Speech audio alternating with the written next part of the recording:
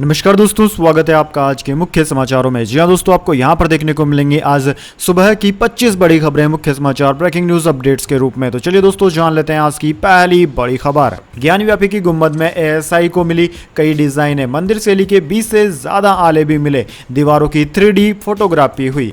जी हाँ दोस्तों, ज्ञानव्यापी में भारतीय पुरातत्व सर्वेक्षण एएसआई का चौथे दिन का सर्वे पूरा हो गया है। चौथे दिन एएसआई टीम को गुम्बदों के सर्वे के दौरान गोलाकार छत में कई डिजाइनें मिली है। हॉल में ही तीनों गुंबद सीलिंग में टीम को कई डिजाइनें दिखी। इनकी एक एक करके फोटोग्राफी और वीडियोग्राफी कराई गई है। इस हॉल में अब तक मंदिरों में दिखने वाले 20 से अधिक आले, दीवार में बने अलमारी, इसे पूर्वांचल में ताखे कहते हैं, भी दिखे हैं। आलों की संरचना और उसके आसपास उभरे चिन्ह की 3D मैपिंग भी हुई है। हिंदू पक्ष ने कहा है कि हम आगे बढ़ रहे हैं। गुंबद के पूरे सर्वे में अभी समय लगेगा, मगर सीलिंग की डिजाइन ने हमारा उत्साह बढ़ा दिया है। एएसआई ने रविवार सुबह सबसे पहले मुस्लिम पक्ष से चाबी लेकर व्यास तहखाने का ताला खुलवाया, सफाई करवाई और एग्जॉस्ट लगवाए। इसके बाद सर्वे शुरू किया गया। दोस्तों, ज्ञानव्यापी का सर्वे 4 अगस्त से जारी है। इससे पहले 24 जुलाई को सर्वे हुआ था। एएसआई उसे पहले दिन का सर्वे मान रही है। इस हिसाब से 4 दिन का सर्वे हो चुका है। इसके बाद दोस्तों, अगली बड़ी खबर। असम में 1 से ज्यादा शादी पर लगेगी रोक, सीएम हिमंत बिस्व शर्मा बोले इसी साल लागू करेंगे कानून। जी हाँ दोस्तों, असम में बहुविवाह को समाप्त करने के लिए कानून बनाने को लेकर विधानसभा की विधायी क्षमता का पता लगाने के लिए राज्य सरकार द्वारा गठित एक विशेषज्ञ समिति ने रविवार को मुख्यमंत्री हिमंत बिस्व शर्मा को अपनी रिपोर्ट सौंपी। शर्मा ने समिति द्वारा उन्हें रिपोर्ट सौंपने और दस्तावेज की तस्वीरें ट्विटर पर साझा की है। हालांकि इस रिपोर्ट की सामग्री और सिफारिशें अभी सार्वजनिक नहीं की गई है। सीएम हिमंत ने कहा कि विशेषज्ञ समिति ने आज अपनी रिपोर्ट राज्य सरकार को सौंप दी है। इस वित्तीय वर्ष के भीतर कानून लागू हो जाएगा। हम विधायकों को इसे पढ़ने और चर्चा करने के लिए समय देना चाहते हैं। समिति ने अपनी रिपोर्ट में कहा है कि राज्य सरकार यह कानून बनाने के लिए सक्षम है। इसके बाद दोस्तों, अगली बड़ी खबर। नूह में जारी बुलडोजर एक्शन, 57.5 एकड़ भूमि से हटाया गया कब्जा। सोमवार से खुलेंगे सरकारी ऑफिस, बैंक और एटीएम।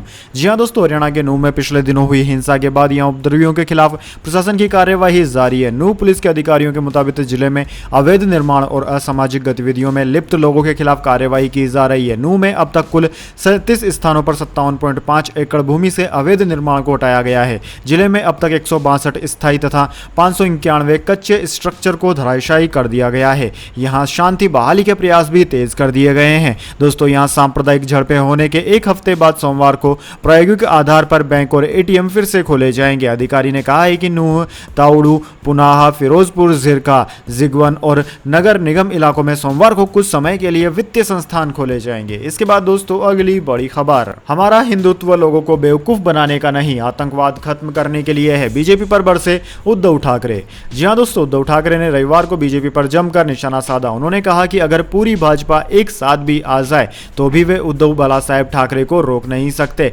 हमारा हिंदुत्व नहीं बदलेगा, लेकिन हमें कुछ कदम उठाने होंगे। मैं आप सबके सामने बीजेपी से कहना चाहता हूं कि हमारा हिंदुत्व आम लोगों को बेवकूफ बनाने का नहीं है, हमारा हिंदुत्व आतंकवादी को खत्म करने का है। उद्धव ने पीएम मोदी पर निशाना साधते हुए कहा कि उन्हें सत्ता में रहते हुए 9 साल पूरे हो गए हैं। वे मुझसे कहते हैं कि मैं कांग्रेस में आ गया था, लेकिन मैं वहां क्यों गया, किसने मुझे वहां जाने के लिए मजबूर किया, यह जानना भी जरूरी है। उन्होंने कहा कि मैंने बीजेपी छोड़ी है, हिंदुत्व नहीं। ठाकरे ने कहा कि लोग कह रहे हैं कि 9 साल में ऐसे ताकतवर नेता के होने के बाद भी हिंदुत्व खतरे में है। उन्होंने कहा कि मैं देवेंद्र फडणवीस के लिए महसूस करता हूं कि वह कितनी जिम्मेदारी उठाते हैं, वे और कितने लोगों को ले जाने वाले हैं। देवेंद्र फडणवीस मास्टर मंत्री है, उनकी पार्टी में कौन आता है कौन चला जाता है वह एक लिस्ट में नोट करते रहते हैं। इसके बाद दोस्तों, अगली बड़ी खबर। मणिपुर में केपीए ने सरकार से समर्थन वापस लिया। 60 सदस्यों वाली विधानसभा में पार्टी के 2 विधायक, बहुमत पर असर नहीं।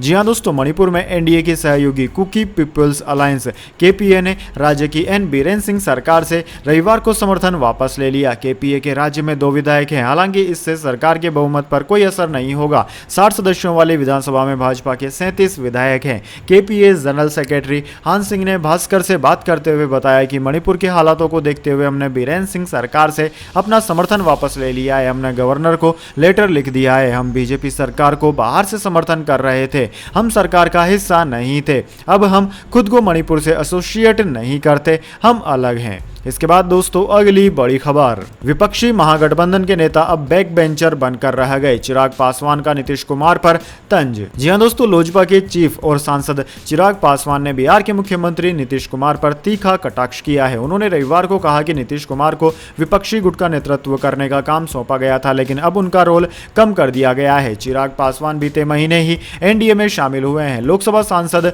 चिराग पासवान ने नीतीश कुमार को निशाने पर लेते हुए कहा कि अन्य विपक्षी नेताओं के बीच सौहार्दपूर्ण संबंध है, लेकिन इस ग्रैंड अलायंस के नेता अब बैक बेंचर बनकर रह गए हैं। चिराग पासवान का यह बयान राहुल गांधी और राजद प्रमुख लालू प्रसाद यादव की दिल्ली में डिनर पर मुलाकात के कुछ दिनों बाद आया है। राहुल गांधी को राहत देते हुए सुप्रीम कोर्ट ने मोदी सर ने मानहानि मामले में उनकी सजा पर रोक लगा दी, जिसके बाद वे दिल्ली में राजद सांसद मीसा भारती के घर पर बिहार के उप मुख्यमंत्री तेजस्वी यादव और लालू यादव से मिलने गए थे।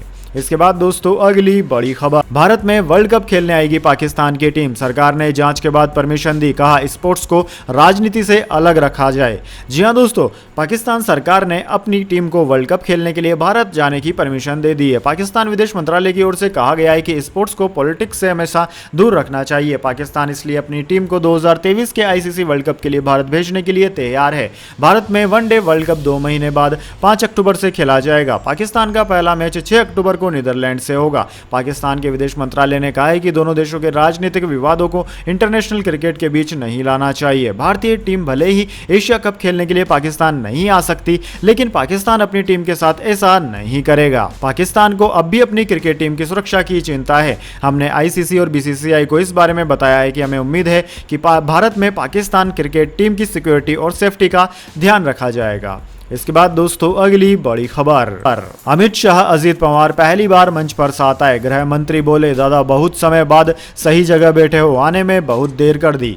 जी हां दोस्तों, केंद्रीय गृह मंत्री अमित शाह 2 दिन के महाराष्ट्र दौरे पर हैं। शाह ने रविवार यानी कि 6 अगस्त को पुणे में central registrar cooperative society CRCS का पोर्टल लॉन्च किया। इस दौरान उन्होंने महाराष्ट्र के उप मुख्यमंत्री अजीत पवार के साथ पहली बार मंच साझा किया। शाह ने भाषण में कहा कि सबसे पहले अजीत दादा उप मुख्यमंत्री बनने के बाद पहली बार आए हैं और मैं पहली बार उनके साथ मंच साझा कर रहा हूं। मैं दादा को एक बात कहना चाहूंगा, दादा आप बहुत समय के बाद सही जगह पर बैठे हो, यही सही जगह थी, मगर बहुत देर कर दिया आपने। जी हां दोस्तों, अमित शाह के पास गृह मंत्री के अलावा सहकारिता मंत्री का पद भी है। अमित शाह ने CRCS डिजिटल पोर्टल लॉन्च करते हुए कहा कि मैं घोषणा करना चाहता हूं कि आज सारा सहकारिता का क्षेत्र डिजिटल हो गया है। अब इस पोर्टल से सारे काम हो जाएंगे।